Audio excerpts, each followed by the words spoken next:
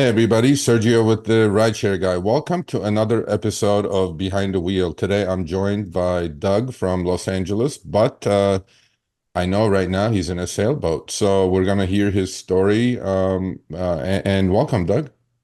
Thank you so much, Sergio. And I just want to say I appreciate so much what you and the RideShare guys do. And you're the voice for the ones that can speak up. So thank you for having me. Absolutely. Yeah, this is very timely, actually. I wanted to do this for a while to talk about the pitfalls of rentals when it comes to rideshare companies. But we're going to get there. Before we do any of that, please introduce yourself, what you did before, when you joined Uber, all that good stuff. Okay. My name is Doug, and I live in Los Angeles. Um, I was in real estate in 2007, and there was a major recession. And so I lost a really cushy PR job, and I had to start from scratch. And if you were in real estate, nobody would touch you because they thought, you've made all this money, you're going to leave as soon as the real estate market comes back. And that wasn't true. I needed a job desperately.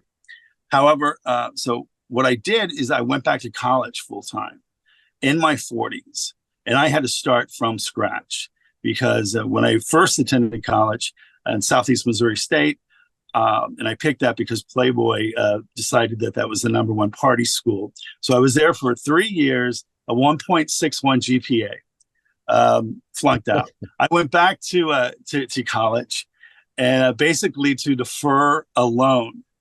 That's why I went back to college. I can be so altruistic and say I really wanted my education. I had a loan that was a $9,000 aggregate from 1990 from an actors conservatory. In 2007, it had ballooned to $33,000. There were no many deferments. So my only way to get it deferred is to go back to college. So I enrolled that day online to Santa Monica College. Turns out I didn't become a Rhodes Scholar during the 20 years that I had taken a break from college. And right away, I was back on academic probation. But I found a tutor, and I ended up transferring from SMC to University of Massachusetts Amherst. Wow. I graduated with a 3.9. It chokes me up because I'm the only one in my family that ever graduated college. I got a business degree, and it was just a really great day. And however, I could not find a job. And possibly it was due to my age. I'm in my 40s. I was living on a boat, and which was great. And I took my boat to San Diego from Los Angeles and just could not break into the workforce there. Even though I had great references. So Uber came along. This is February 2014. I still had my mailbox, UPS in Los Angeles. I recall the day driving up to LA, picking up the Uber iPhone, and not knowing what to expect. I had no expectations. Within 3 days, I made $296. It was great. I wouldn't want to stop driving, and people were excited. And Uber took 10%. I kept 90, and it was great. And then 6 months into it, they decided to have a price war with Lyft. Yeah. And so my rates dropped 60%, and that was a tough punch. So I stopped driving for a while, and but I really didn't show them. I just lost all my income, so I had to go back, and I have been driving since 2014. Like I said, just recently I had a catastrophic breakdown in my 2012 Toyota Prius. Okay, no, let's back up a little bit. Because this is fascinating to me now. Okay, so Okay. San Diego, living in a boat, doing Uber. Whose car are you on? You had a car, obviously, I'm assuming. Yes. Okay. So in 2014, I was in San Diego. I had a Jetta sports wagon at that time. Okay. And, the TDI, the diesel, Yeah. the ones that the big controversy, Yeah. Volkswagen ended up buying them all back. Yeah. But that was a great car for Uber Yeah. because it got great gas mileage. I ended up when that had to be sold back to them because of their scandal. I got a Toyota Prius Okay. with 100,000 miles on it. Perfect car. Right. Yeah. So I paid $9,000 for it. Oh my And, God. Yeah. right. Yeah. So, and at that time, I was in Dallas, Texas, Oh, because I decided to leave LA and become a high school teacher in Dallas, Texas. and you're Ubering in Dallas, Texas, right? Yes. With that Yes. Prius. Okay. With that. So it seems like you had that Prius all the way up until last year or a few months ago? Yeah, 3 weeks ago. 3 weeks Or no, ago. 5 weeks ago. 5 weeks ago. Okay. So let's talk a little bit about Uberland a little bit here, right? So Okay. when did you, obviously you were part-time, it looks like at the start, but then you started doing it full-time. So give me a little bit of a history or background about that. My involvement with Uber and how much I worked would depend on my other jobs. Okay. I left Dallas after 2 years and returned to Los Angeles. Okay. When in 2014, I started doing extra work, as in backgrounds in movies. Yeah. And so soon I became union. And so I'm still a union background actor. Okay. And so depending on how much work I get with that determines how much I'm going to drive for Uber. Okay. So you're doing it for the flexibility you're like millions of other people are doing it for, right? So Right. if you have a job, you do it, but then as a side gig, you're doing this to create some extra income. Right. And there have been times when I've had to do this, 10 hours, 5 days a week or more. Yeah. And so it's, I knew that if my car broke down and I didn't have a vehicle, I could rent one from Hertz. Yeah. However, I did the math. I had watched your show. I'd watched a ton of other people that said, don't rent the Tesla. The car repair was going to be $2,000. No, hold on. So you see, you're going too fast now because I'm really fascinated with this because for people to watch this, we need a setup, right? So your setup has been great so far, but Okay. so you have the Prius. What happened to that Prius? Tell me the history of that Prius a little bit more. Okay. Can you see me okay? Yeah, I'm good. Yeah. Okay. So my Toyota Prius, Yeah. it reached 278,000 miles Wow. in early February. Okay. So that means I put about 160,000 miles on a vehicle that already had 100,000 miles when I bought it, maybe 120. So it's a great car. But $2,000 I didn't have. I knew that I could rent a car through Hertz. Yeah. It was like a gut punch. I knew that it was foolish, but I played with the numbers, and I knew if I worked longer, harder, faster, more, that I would make some money because I'm going to get $1 extra for each ride, which went away almost immediately. Yeah.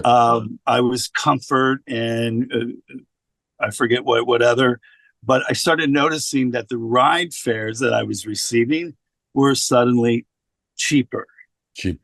Yeah. And okay. But okay, hold on a second. So the Prius is gone, the beloved Prius of yours. Now this is not going to be just a cakewalk for you. I have some tough questions here. Go ahead. So you did Uber since 2014, right? Yeah. You bought a car with 100,000 miles, which I think is a perfect decision, perfect car for rideshare. You put 170,000 miles on it. Obviously, you made money with it. I mean, you earned something with it. You didn't just drive all over the place for free, right? That's correct. This is the problem with the rideshare community. They drive, they don't save any money, okay? Right. and they blow the stack and they don't have a rainy day fund, and then the car breaks down. So basically Right. what you did is what everybody else is doing today, which is using your car like an ATM machine, right? Yeah. Look, I'm not trying to be tough on you, Doug, but No. truth must be spoken here. So here's the deal. You'd use the car like an ATM machine. The ATM ran out of cash, which means car broke down. You didn't have the Right. funds to fix it. The car is gone. And Right. now you're in a very precarious position, which is the rental, which we said, no, it doesn't make Right. sense. Unless, look, it makes sense if you're going to do it for a few months, you don't have a car, you're going to drive 50, 60, 70 hours because the first 25 is to pay for the car for every week, $500 plus. Right. And the rest is yours. Okay, which just makes sense to some people because, if you're between W-2s or whatever, you can make a grand net. But so what happened? What happened to all that cash? What did you do with all that money? So one of the things that you and Chris had implored is know your profit. Yep. Do the math. I, with a business degree, I would not tally up my gas receipts Oh, Lord. because I didn't want to know how little I was making because I knew that it was all just a shell game. And when I had a bill to pay, I would work hard, hard, hard, hard, and make that bill happen. Yep. But it was this cyclical, horrible cycle. You're Yep. always broke, but there's some cash. It's kind of like if anybody's ever been a waiter or a bartender, Yeah. it's kind of that. You've got Yeah. the money, let's go, but there's no savings. There's no $2,000 Yeah. to fix the car. Yeah. So I had to sell the car. All right. So okay. So we've gone through the tough part. Well, not yet, but the tough part is coming now. 5 weeks ago, right? Yes. You go get into the black hole of Hertz and Uber, right? I And call it a yes, black hole because look, I'm telling you, rentals have a place, but it's got to be really done well with the calculation of how long you're going to do it for, how long can your body last for, because it's not easy to drive 60, 70 hours a week, right? And because it makes you an automatically in full-time driver. It doesn't matter what you're doing, how you're doing. Otherwise, it's not going to work out. you're an indentured servant. Yeah. So let's talk a little bit about how easy was the process to rent the Hertz. I'm pretty sure it was easy, right? Mm-hmm. Yes, all of the pitfalls that I heard people talk about when this program first came out, I didn't experience. The first Hertz that I went to, I got a Tesla. They were young and slick and kind of aggressive, fun people. Just sign it, and you're going to make some money. And what they failed to do, which is a Federal Trade Commission rule, is they did not disclose all of the fees. Mm-hmm. And so what they do is as soon as you are done with one car, because I had two Teslas and then the car that I'm in now, which is just a Nissan Altima. Yeah. They don't tell you that there's going to be an upcharge for charging your vehicle. There's superchargers all around me. Yep. I'm in Marina Del Rey. Yep. 1 block over, there's a charging machine. Yeah. It wasn't hard to find. However, I never got to see the breakdown of how much they were adding on. So the first week of my rental, which was supposed to be $330, Yep. turned out to be $647. Oh my God. Okay. 600. So give me a little breakdown of that, because that's a massive jump. I mean, we're talking 70, 80% more. So how did that come about? I was foolish enough to take the additional insurance for the first week. Yeah. Which, and I'm not a child. No one held a gun to me. Yeah. I had already canceled my insurance because I now don't have a car. I wanted to protect myself as much as I can. And the way that it was explained is, something can go wrong if, you need this insurance. Well, as soon as I totaled the $18 per day which I believe is about 140 a week, times that by 4, you just added almost $500 Okay. for insurance. So I got rid of that insurance. And when I asked for the rest of the breakdown, that's when things go to similar place like Uber support. Yep. Call this number. They'll explain it. Well, Yep. why can't you explain it? Well, I don't do with billing, Yeah. but you just charge my card. Yep. So what they do is they double charge you and they tell you that it's a hold. However, rarely does it fall off. And so you don't have access to your money because as soon as you switch cars, that's when they end that contract and they start adding fees. Yeah. They charged me $600 and I think $47 or $622 on the 28th of March. And that was kind of the breaking point of just like, how do the breakdown for me. Yeah. And I said, I don't feel comfortable paying you any more money when you've overcharged me $622. I'd already spoken to my bank. They said they're doing something that is not ethical. They have a way to push the charge through, and we've flagged it. However, your account's still overdrawn by $617. Yeah. And so that's the black hole. Yeah. I mean, there was a couple other charges that you sent me the emails for, and, talk a little bit about those. So I finally got a hold of someone at Hertz in Oklahoma who seemed like he was going to be the good guy to walk me through this. And he said, don't worry about it. We're going to get these charges taken care of.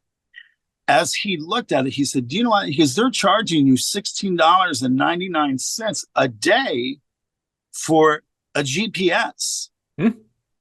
I said, why would I need a GPS? Yeah. And I said, the GPS is in the app. And I said, Uber doesn't like when you leave their GPS. Yeah. So why would I pay $17 for a GPS? And I said, nobody ever disclosed that to me. That's never been disclosed. And going back to the FTC ruling, they have to disclose. Yeah. So $17, we're almost at the same amount that the insurance was, which was $18. Wow. But no one has told me about this fee. Yeah. I'm also told that 1 week of having the car that should cost $330. Yeah. Well, I'm as I said before, I'm no longer getting the $1 per ride, and no one warns me about that. It's just gone. Yeah. It just doesn't show up anymore. We did. I had a couple. Yeah. And out of 50 rides, I got $9. Yeah, you did. You got paid $9. And what happens is that, I mean, you still get the $1, by the way, but instead of $1 per trip, they switched it to, on a monthly basis, you have to do 200 trips to get 210. So if you do 199, you're not going to get anything. But if you do 200, you get the whole shebang, which is another bait and switch, you know what I mean? But so you currently gave the Tesla back, right? And you're in a gas vehicle, I'm assuming now. You're still renting? Yes. And I will be taking the car back today. Okay. Because it's just enough is enough. Yeah. I'm digging a hole, because what happened is the guy who I thought was going to be my compadre to walk me through the Hertz hospitality hell, he tells me there's nothing I can do about these charges. Every Tesla is charged $16.99 per day for the roving GPS system. Wow. And he said, I can't do anything. You will have to dispute the charge in billing. Billing, that is a phone number where it just goes to die and you listen to music. Yeah. So my account's overdrawn. I'm getting warnings that they're coming to get the car, but there's no way for me to extend it. I'm overdrawn. Yeah. If they would just give the money back from the charges, I would be able to rent again. Yeah.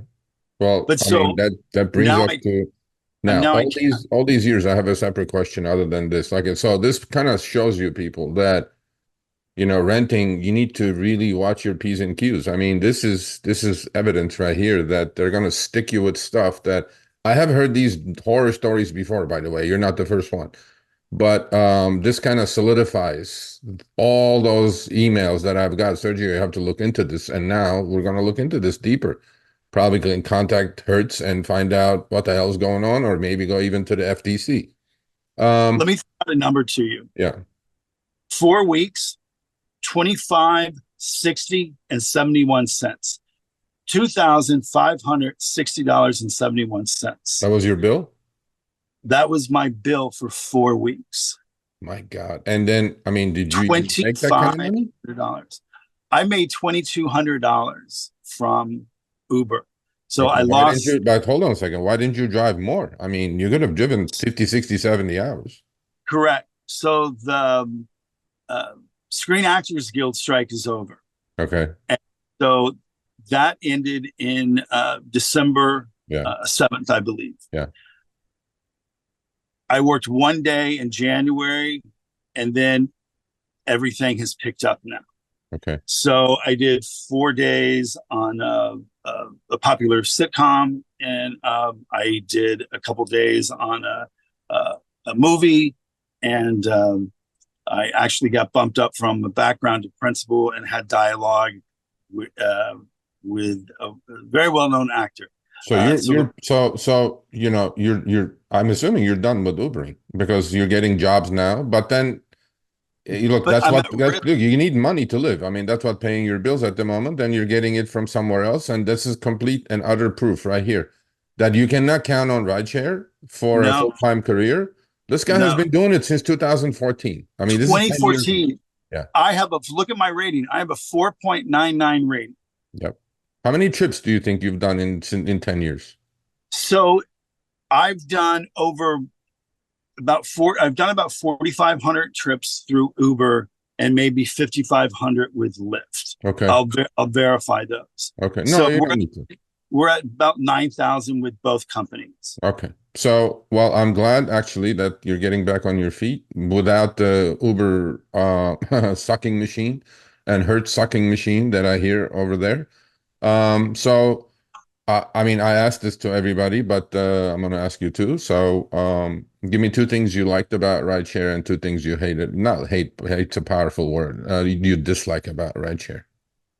What I loved about rideshare was I'm a talker. I like being around people.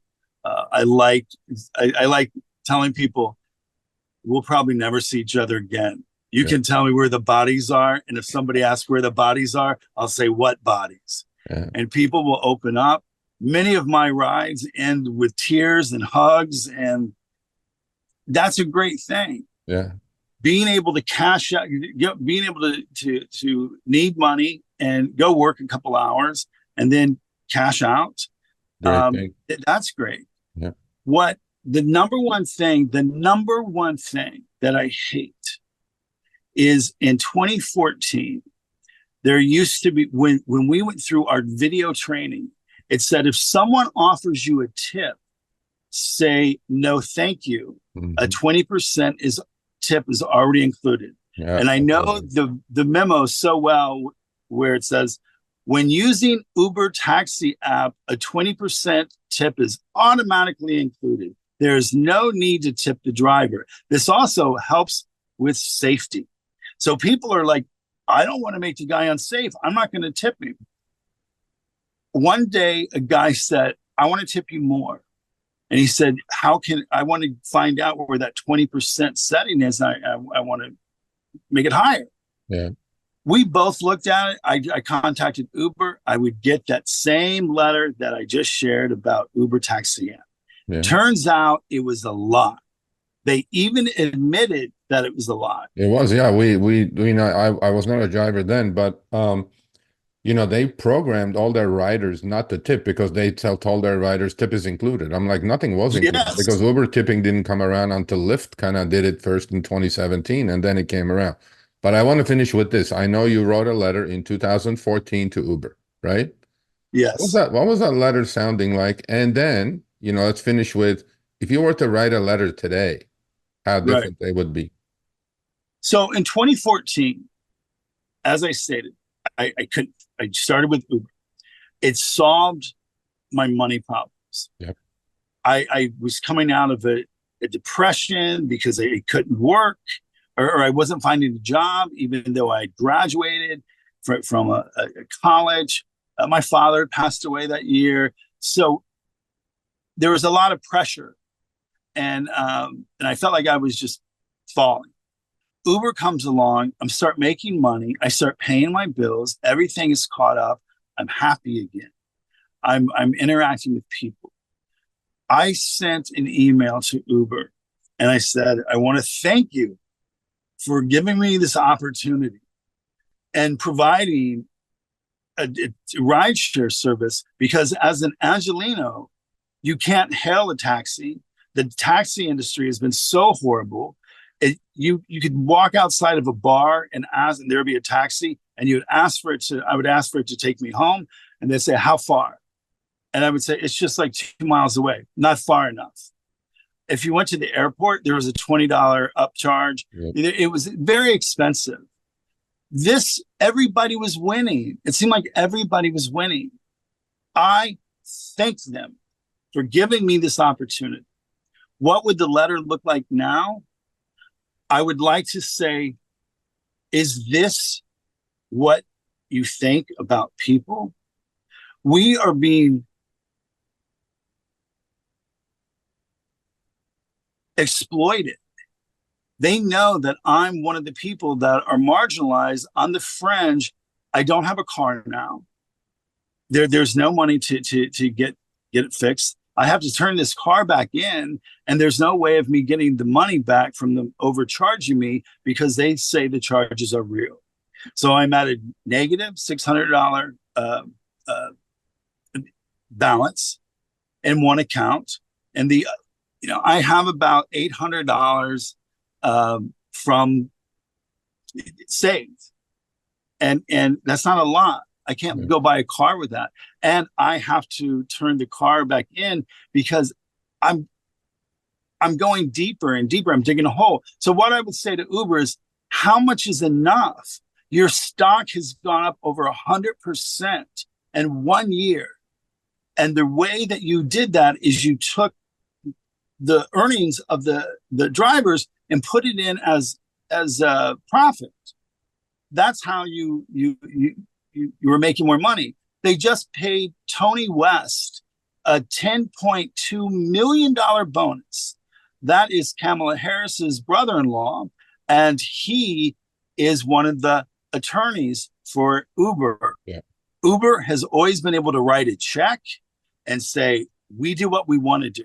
Yeah, they write a check to everyone except the driver community. Right. So, and just in conclusion, I would say, do you find it fulfilling to sit around and think of ways that you can screw the drivers?